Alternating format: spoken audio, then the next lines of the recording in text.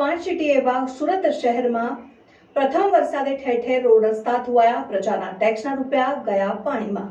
શહેરમાં પ્રથમ વરસાદે ઠેર ઠેર રોડ ધોવાની ઘટનાઓ સામે આવી રહી છે। સીધા આપને દ્રશ્યો બતાવી રહ્યા છે।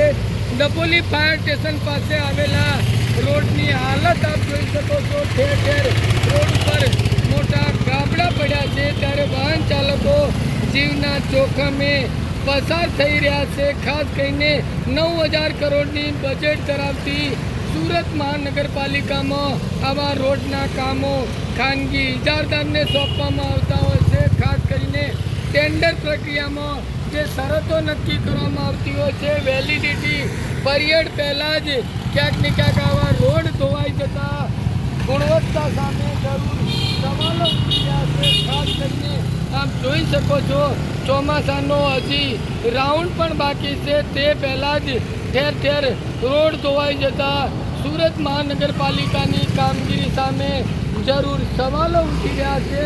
પ્રજા જે ટેક્સ રૂપી નાણાં ચૂકવી રહી છે, પરંતુ તેની સામે માત્ર ને માત્ર ખાડાઓ જ જોવા મળી રહ્યા છે।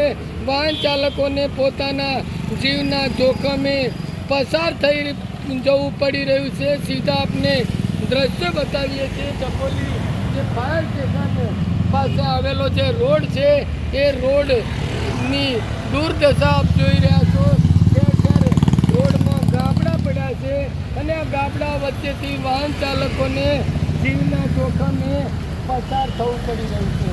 Baldev Desai, Bharat time news, Surat. શહેરના ડભોલી ફાયર સ્ટેશન પાસે આવેલા રોડની દુર્દશા, વાહન ચાલકોની જીવના જોખમે પસાર થવું પડી રહ્યું છે।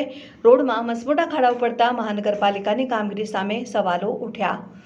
મહાનગરપાલિકામાં આવા રોડના કામો ખાનગી ઇજારદારને ટેન્ડર પ્રક્રિયાથી ફાળવવામાં આવે છે।